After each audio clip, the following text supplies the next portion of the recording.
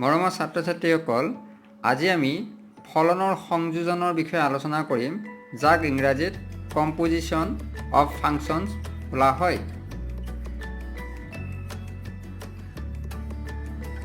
যদি এটা ফলনৰ সহক্ষেত্ৰ বেলেগ এটা ফলনৰ কাৰণে আদিক্ষেত্ৰ হয়, তেতিয়াহ'লে আমি নতুন এটা ফলনৰ সংজ্ঞা দিব পাৰোঁ। এই চিত্ৰটো লক্ষ্য কৰা যাওক। ইয়াত ABC তিনিটা সংহতি। এৰ পৰা বিলৈ F এটা ফলন, বিৰ পৰা চিলৈ G এটা ফলন। এৰ মৌল ধৰা হ'ল 1, 2, 3, বিৰ মৌল ABC, চিৰ মৌল LMN। এৰ মৌল 1 বিৰ মৌল বিৰ লগত জড়িত, এৰ মৌল 2 বিৰ মৌলৰ চিৰ লগত জড়িত, এৰ মৌল 3 বিৰ মৌল বিৰ লগত জড়িত। আকৌ বি সংহতিটোৰ পৰা আমি চি সংহতিৰ কথাটো কওঁ।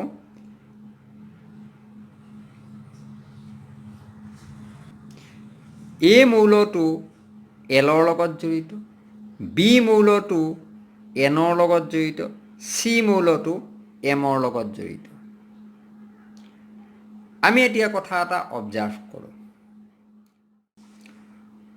1 বিৰ লগত জড়িত, বি এনৰ লগত জড়িত। অৰ্থাৎ আৰম্ভণি ছেটটো, অৰ্থাৎ এ ছেটৰ 1টো চি ছেটৰ কাৰ লগত জড়িত? এনৰ লগত। ইয়াতে 2টো কাৰ লগত জড়িত? চিৰ লগত। চিটো কাৰ লগত জড়িত? এমৰ লগত। গতিকে আমি কি ক'ব পাৰোঁ? আৰম্ভণি ছেটটো, অৰ্থাৎ এ ছেটৰ 2টো চি ছেটৰ এমৰ লগত জড়িত। 3টো বিৰ লগত জড়িত, বি আকৌ এনৰ লগত জড়িত।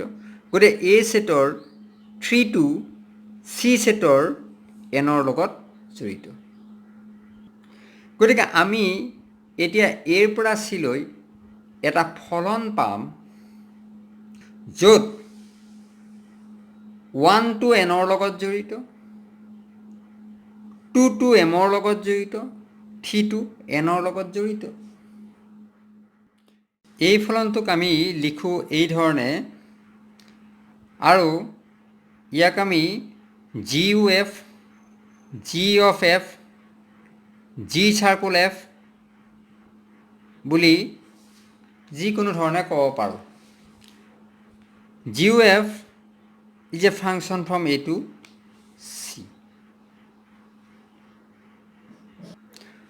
য'ত GUF of 1 N, GUF of 2 M, GUF of 3 N।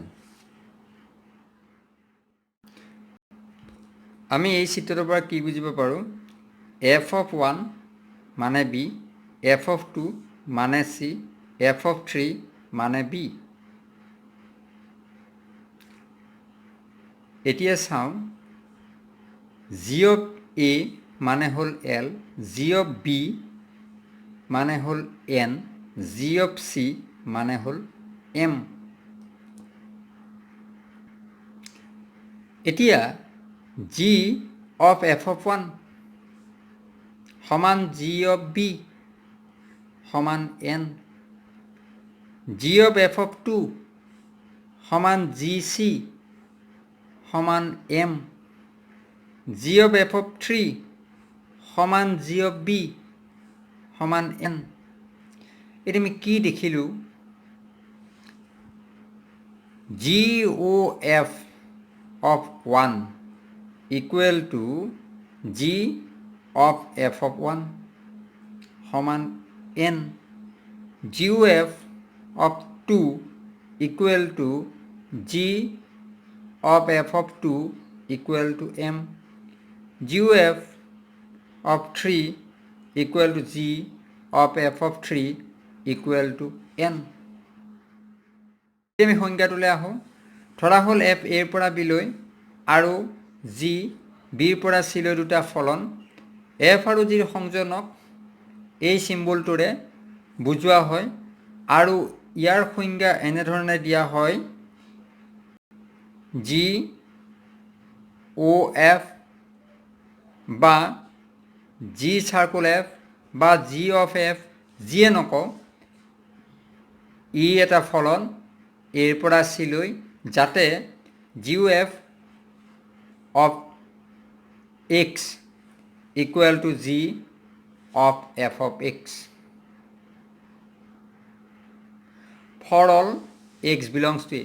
মই এই কথাটো অলপ কোৱাৰ সুবিধাৰ কাৰণে ডাইৰেক্টলি জি এফ বুলি ক'ম, অৰ্থাৎ মই এনেকৈ ক'ম G F x equal to G F of x, যাতে সেই কথাটো ছাত্ৰ ছাত্ৰীবিলাকে বুজি লয়। এতিয়া আমি এই চিত্ৰটোলৈ আহোঁ। এফ এৰ পৰা বিলৈ এটা ফলন, জি বিৰ পৰা চিলৈ এটা ফলন।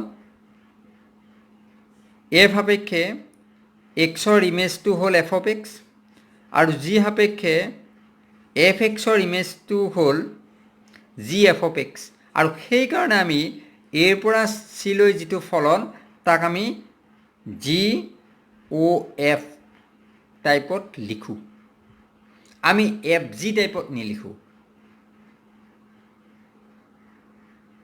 এতিয়া আমি কেইটামান ইম্পৰ্টেণ্ট পইণ্টৰ বিষয়ে আলোচনা কৰিম। Domain of g o' f, G o' এফটো ক'ৰ পৰা ষ্টাৰ্ট হয়? এফৰ পৰা, গতিকে ডমেইন অফ এফ একে, domain of g o' f সমান ডমেইন অফ এফ। যিহেতু এফ এৰ পৰা বিলৈ আৰু জি বিৰ পৰা চিলৈ ফলন, আৰু তেতিয়া আমি জি অ' এফ ফৰ সংজ্ঞা দিওঁ, অৰ্থাৎ এফ আৰু জিৰ কম্পজিশ্যনৰ কথা কওঁ। এতিয়া এই ক্ষেত্ৰত জি ফলনটো যিহেতু এই ছেটটোৰ পৰা আৰম্ভ হয়, গতিকে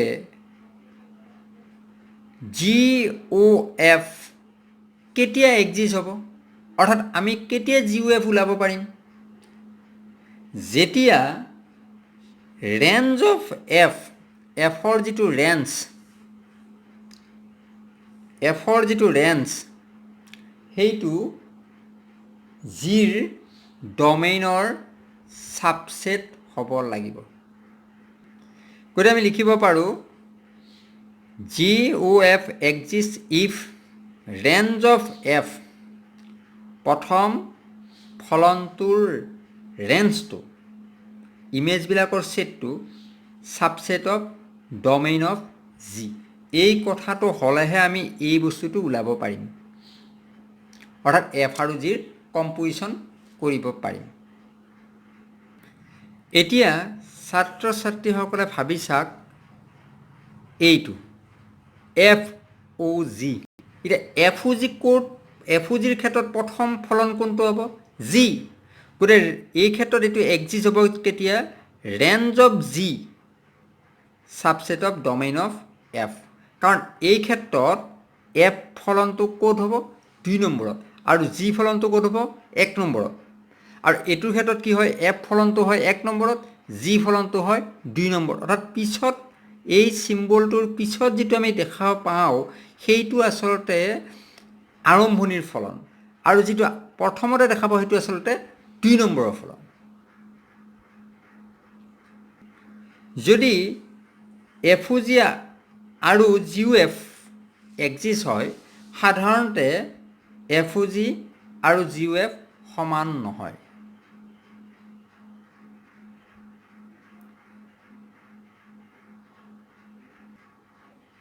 এতিয়া দুটা ৰিজাল্টৰ বিষয়ে কৈছোঁ।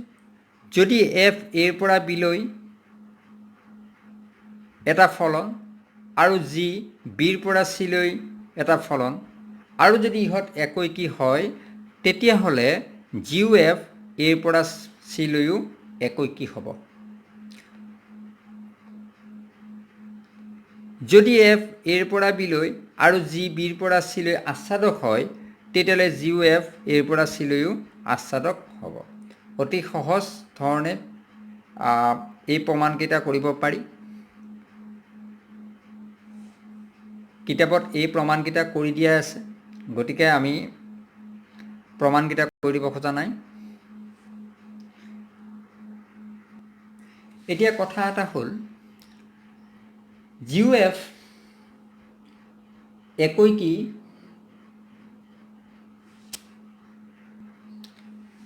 হ'লে F আৰু G দুয়োটাই বাৰু একৈকি হ'ব লাগিবনে? বা আমি যদি এনেকৈ কওঁ GOF আচ্ছাদক হ'লে F আৰু G দুয়োটা আচ্ছাদক হোৱাটো দৰকাৰ নে?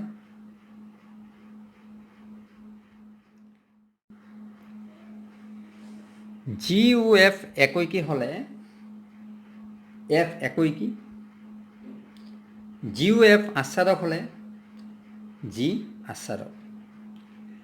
কিতাপখনত কেইটামান উদাহৰণৰ সহায়ত এই কথাটো প্ৰমাণ কৰি দেখুওৱা হৈছে, গতিকে ছাত্ৰ ছাত্ৰীসকলে সেই প্ৰমাণকেইটা এবাৰ চাই ল'লেই হ'ল। এতিয়া আমি 1.3 1 নম্বৰ অংকটো লৈছোঁ। ইয়াত F 1,3,4 মৌলবিশিষ্ট সংহতিটোৰ পৰা 1,2,5 মৌলবিশিষ্ট সংহতিটোলৈকে এটা ফলন, G 1,2,5 মৌলবিশিষ্ট সংহতিটোৰ পৰা 1,3 মৌলবিশিষ্ট সংহতিটোলৈ এটা ফলন।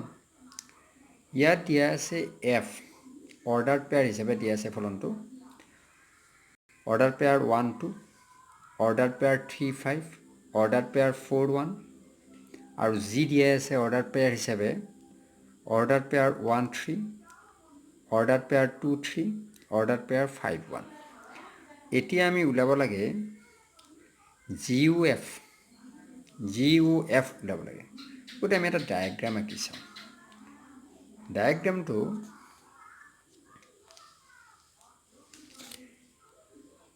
আমি ডায়েগ্ৰাম এটা চাইছোঁ। ইয়াত আছে মৌল 1 3 4, ইয়াত আছে 1 2 5, ইয়াত আছে 1 3। এতিয়া আমি চাওঁ যে F সাপেক্ষে 1 কাৰ লগত জড়িত? 2 লগত। আকৌ G সাপেক্ষে 2টো কাৰ লগত জড়িত? 3 লগত। গতিকে 1টো কাৰ লগত জড়িত? 1টো কাৰ লগত জড়িত? 3 লগত। এই এৰোটো চালেই হ'ল, এৰো মাৰ্কটো।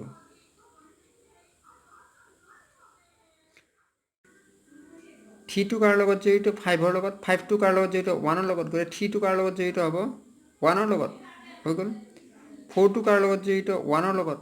1টো কাৰ লগত জড়িত? 3ৰ লগত। গতিকে 4টো কাৰ লগত জড়িত হ'ব? 3ৰ লগত। গতিকে আমি ৰিজাল্টটো পাই গ'লোঁ। গতিকে সেই ৰিজাল্টটোকে আমি এনেধৰণেও বস্তু লিখিব পাৰোঁ, GOF of 1, G of F of 1. F of 1 means 2, G of 2 means 3. হৈ গ'ল। GOF of 3, G of F of 3, F of 3 means 5, G of 5 means 1.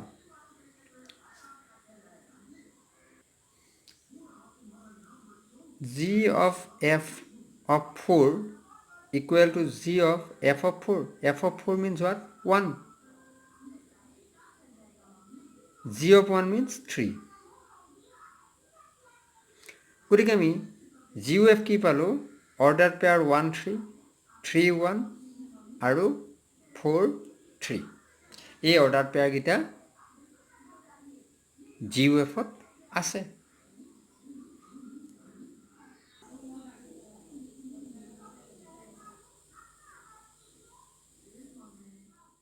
ছাত্ৰীসকলে এই অংককেইটা কৰি চাব। এতিয়া আমি 3 নম্বৰ অংকটো কৰি দিছোঁ, আৰু তাৰপিছত 2 নম্বৰ অংকটো আকৌ আলোচনা কৰিম। 3 নম্বৰ অংকটো দিয়া আছে GOF আৰু FOG উলিওৱা যদি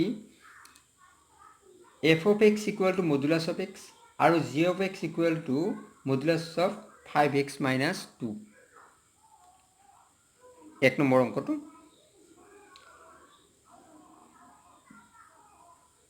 এতিয়া আমি চাওঁ GOF of x g of f of x f of x মানে কি মডুলাস of x করে g of modulus of x g of x এর ফর্মুলা হল এইটো বাই ডেফিনেশন দিয়া আছে এইটো গতিকে য'ত x আছে তাত কি বহাম মডুলাস of x করে modulus of 5 modulus of x minus 2 okay কোনোবাই এইটো এনেকেও কৰিব পাৰে g of f x g of f of x g f of x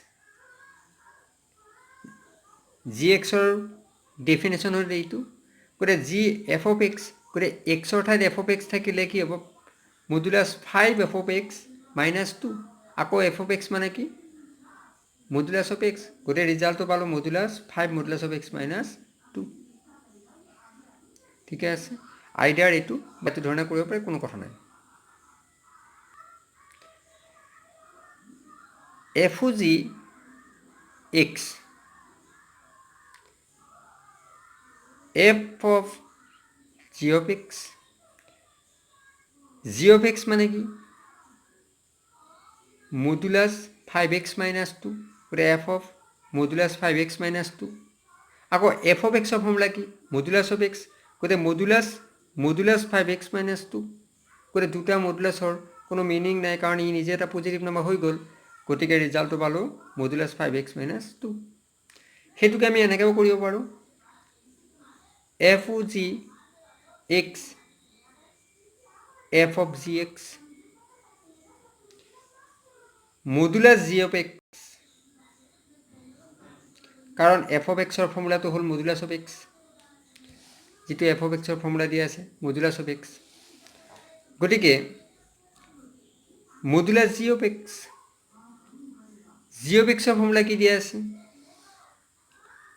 modulus 5x minus 2 করে মডুলাস 5x minus 2 করে রিজাল্টটো হল মডুলাস 5x minus 2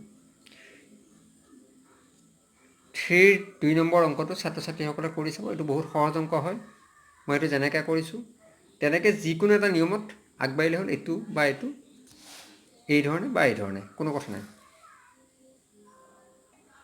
এই 2 নম্বৰৰ দুটা আমাৰ প্ৰুফ দিয়া আছে আমি দেখাব লাগে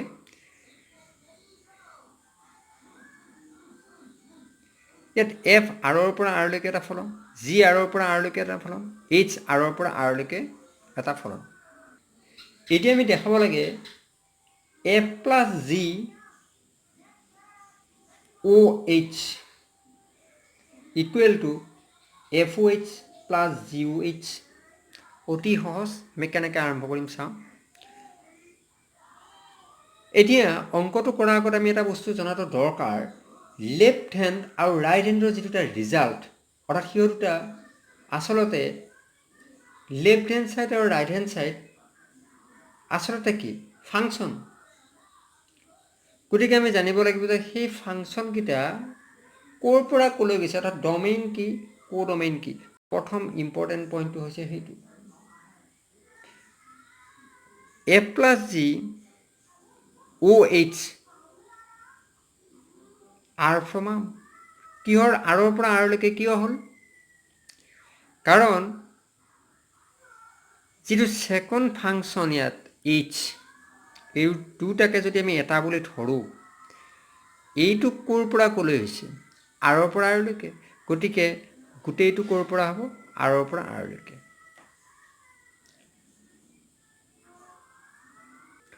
কম্পোজিশনৰ ক্ষেত্ৰত যেটো পিছত থাকে সেইটো আসলতে আমি ডায়াগ্ৰাম যেতিয়া আকো বা যেতিয়া এই ফাংশনটো পাও অৰিজিনালি হি আগৰ ফাংশন হি আগৰ পৰা ফাংশন যেনেকে f আৰু g ৰ কম্পোজিশন বুলি কওঁতে আমি কি কওঁ g o f ঠিক একেধৰণে আমি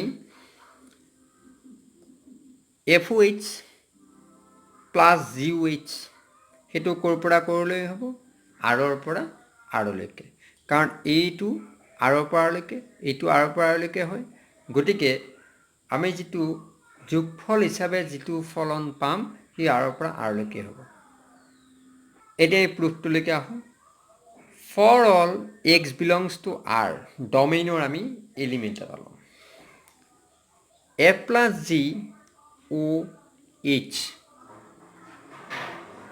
অফ এক্স কি হ'ব এই দুটাক আমি যদি এটা বুলি ধৰোঁ এ প্লাছ জি এটা হিচাপে হ'ল এইচ এক্স বাই ডেফিনেশ্যন যোগৰ ফৰ্মুলাটো হ'ল এইটো দুটা ফাংচনৰ যোগৰ সংজ্ঞা a plus g x equal to f of x plus g of x গতিকে আমি যোগৰ সংজ্ঞাটো যদি ব্যৱহাৰ কৰোঁ এই সংজ্ঞাটো মতে আমাৰ কি হ'ল f h of x plus g h of x এতিয়া ইয়াৰ পৰা আকৌ আমি এইটো লিখিব পাৰোঁ f o' H of x plus G o' H of x এতিয়া এইটোৰ পৰা আকৌ আমি এইটো লিখিব পাৰোঁ by definition of addition of functions f o' h plus G o' H of x এতিয়া আমি কি পালোঁ f plus G o' H of x equal to F o' h plus G o' H of x for all x belongs to R গতিকে যিহেতু সকলোবিলাক বাস্তৱ সংখ্যাৰ কাৰণে এইটো সমান এইখিনি হয় গতিকে আমি ফাংচন দুটা ইকুৱেল বুলি আমি ক'ব পাৰোঁ a plus G o' h equal to F o' h plus G o' H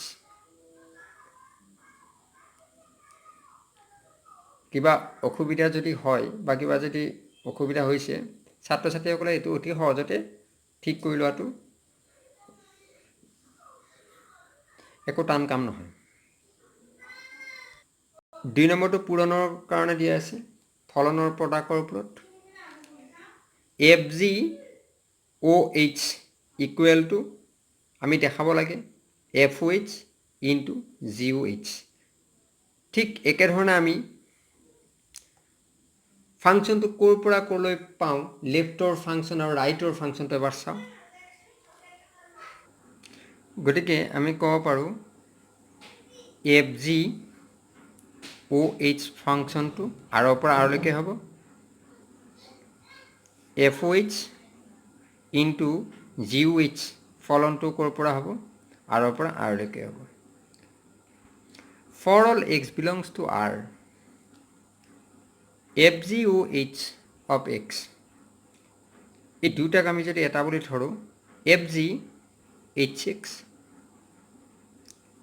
এতিয়া ফলনৰ যিটো প্ৰডাক্টৰ definition F G x equal to f of X into G of x সেইটো যদি আমি ব্যৱহাৰ কৰোঁ আমি কি দেখা পাম F of H x into G of H x এতিয়া আমি এইটোৰ পৰা ফলনৰ সংযোজনৰ যিটো ডিফিনেশ্যন সেইটোৰ মতে আমাৰ কি হয় F o' H of X into G o' H of x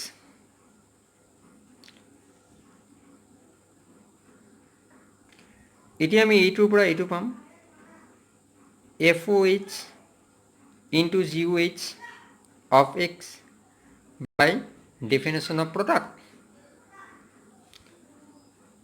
গতিকে আমি কি পালোঁ F G o' H of x equal to F o' H into G o' H of x for all x belongs to R গতিকে ইয়াৰ পৰা আমি কি ক'ব পাৰোঁ যে এইটো সমান এইটো অৰ্থাৎ F G o' h equal to F o' H into G o' H একেবাৰে সহজ ইয়াৰ পিছত আমি ইনভাৰ্টেবল ফাংচনৰ ওপৰত আলোচনা কৰিম ছাত্ৰ ছাত্ৰীসকলে হোমৱৰ্কখিনি যাতে কৰি চায়